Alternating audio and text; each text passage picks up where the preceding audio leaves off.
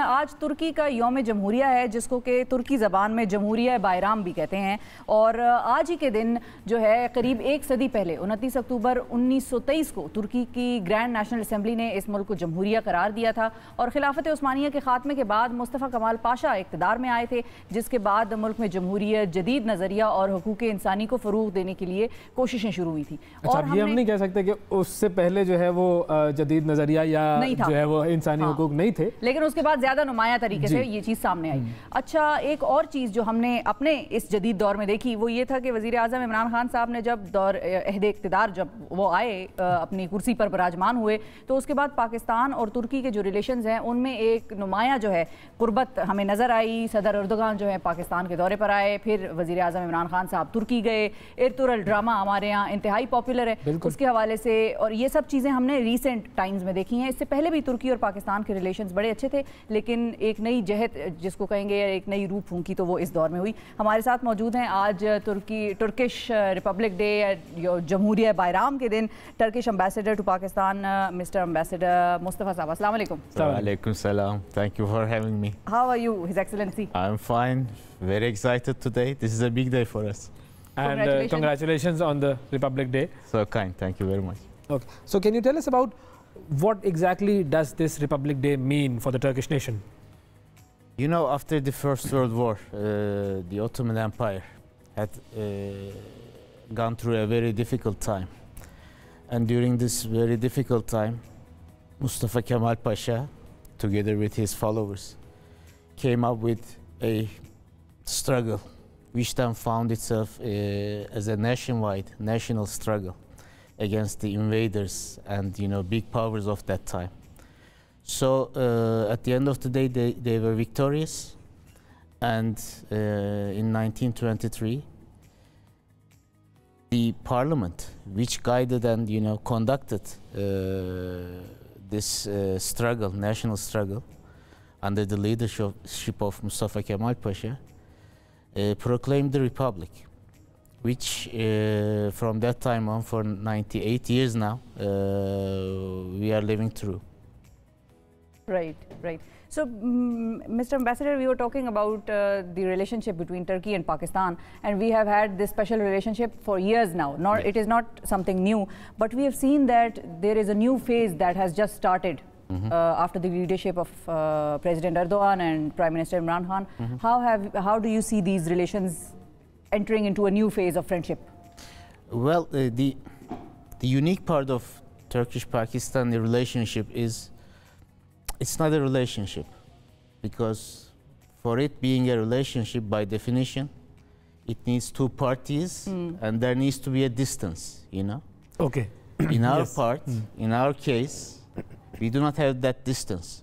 So it is like a bond more than a relationship. So in this Turkish-Pakistani bond, the strongest aspect of this bond is the people-to-people relationship.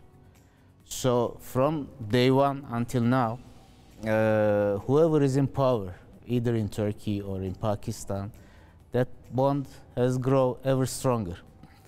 And in case of this present administrations in both in Turkey and Pakistan, I should say, alhamdulillah, now there is a new impetus and a new, you know, emphasis for further deepening this relationship. And under the leadership of President Erdogan and Prime Minister Imran Khan Sahab here in Pakistan, what we are looking is, you know, finding new ways and means how to make this bond and this friendship even stronger and even bigger. So what are the domains in which these two countries are working together? Well, it is, I mean, it is all walks of life, I should say, because as I said, you know, the ground basis of this relationship, this bond is the people. Yes. So the people-to-people relationship, it covers all aspects. You know, it's the cultural exchanges, educational, you know, cooperation, commercial cooperation, investment, economic information exchanges, defense industry.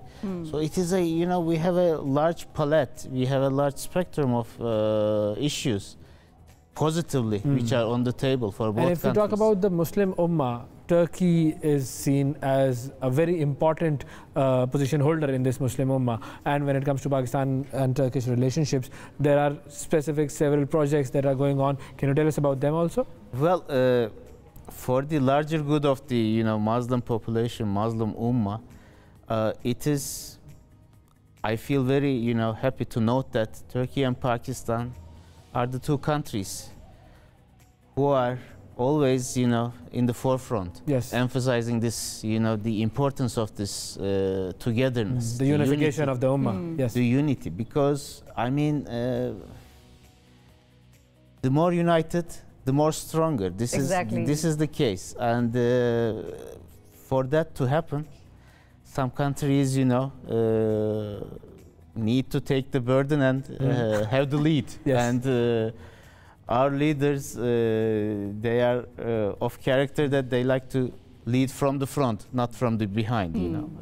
So both of them actually. Both of them, yeah. So this is where we are, and we believe that it is high time that all important Muslim countries, actually all countries, all OIC countries, all Muslim population countries, we should come up with stronger voices about what's going on in various places around the world. The Islamophobia, the other harassment issues, or terrorist killings, yes, aiming at Muslim prayers or Muslim communities.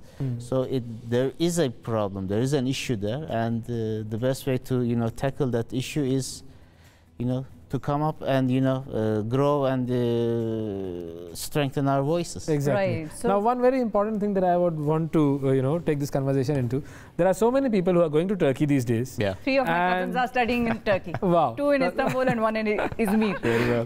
What is so attractive about Turkey, and for those Apart people? from Bosphorus. Yes. And Ertugrul. And Ertugrul. But there are so many people who want to go to Turkey. Yes. So, what would you tell them about Turkey? What I can tell them, or let me start with your first question. I mean, what is the point of attraction? Yes. The point of attraction, I believe, starts at the airport. When you go there to the police officer with your Pakistani passport and show it to him, her, whoever, I mean, the reaction you will get is not a negative one. He will just welcome you. He will even remind you of those good old songs times, yeah, which were and still are very popular in Turkey, like Jive Jive Pakistan and all those stuff.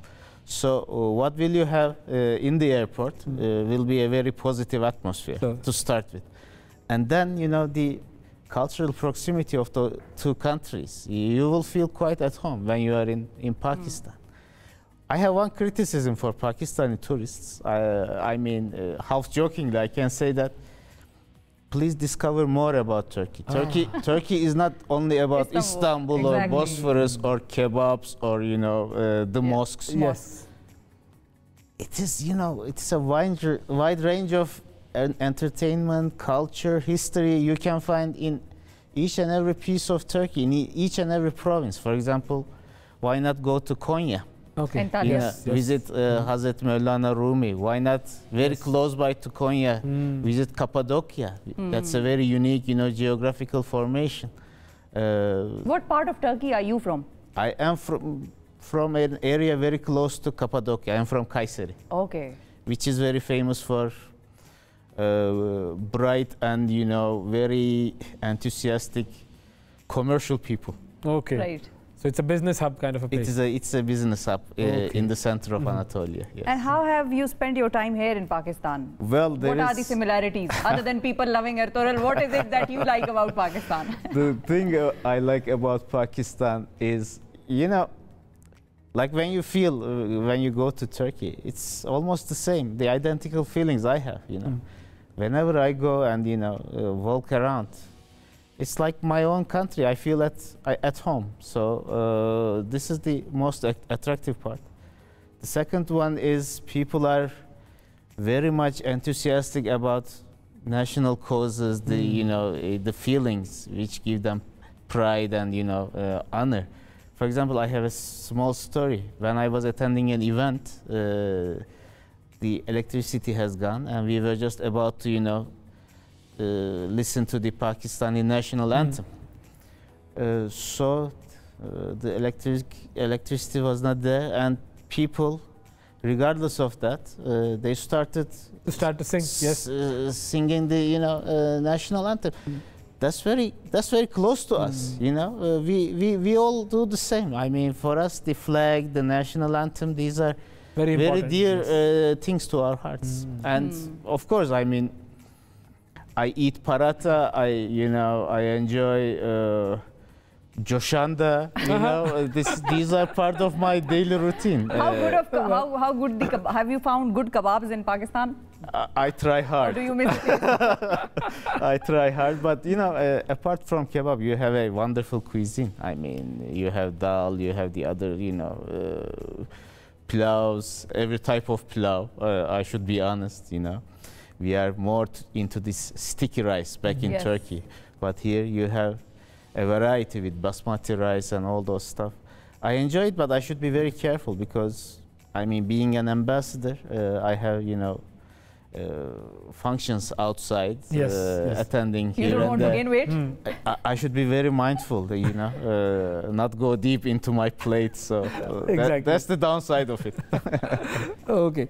Finally, where do you see this relationship going, Pakistan and Turkey? How do you see them moving forward? For the Turkish-Pakistan relationship, the sky is the limit. What I mean saying that is that, lots of avenues that we still need to discover. For example, we need to take the trade volume to a much higher level. Nowadays, this year, inshallah, we will be again reaching to $1 billion threshold. But given the sizes of the two countries, 1 billion is next to nothing. So we should be as ambitious as our leaders, and first target the $5 billion trade and more. Secondly, we alhamdulillah have a good pace with the defense industry cooperation, so we can take it to higher levels because both countries, they have something to learn from each other, and they have something to present to each other in the area of defense industry. Cultural exchanges, we should be putting more emphasis on that. Education, now Turkey is growing to be as you mentioned, an educational hub in the region. So we are attracting so many young talents, young brains to Turkey. We should be promoting those facilities more in Pakistan, so that more and more Pakistani youth might find themselves in Turkey for educational reasons, because mashallah, your population is now what, 65% under 30. Prices of youth. That's a huge potential. I mean, not only for Pakistan, but for the friendly countries like Turkey also. So, I mean, you name it, we can do a lot of things on a lot of issues. That there is a lot of media collaboration also going on. Media also, I mean, starting with Ertuğrul drama, and going way before also. Ertuğrul was not the first one, as you know better than myself. There are more to come. There are some producers on respective countries working together to come up with some new dramas, epicentering some historical characters, like Saladin and the others. So we will see more, and inshallah we will take this relationship higher. Inshallah. Thank you, Your Excellency. It was an honor for us.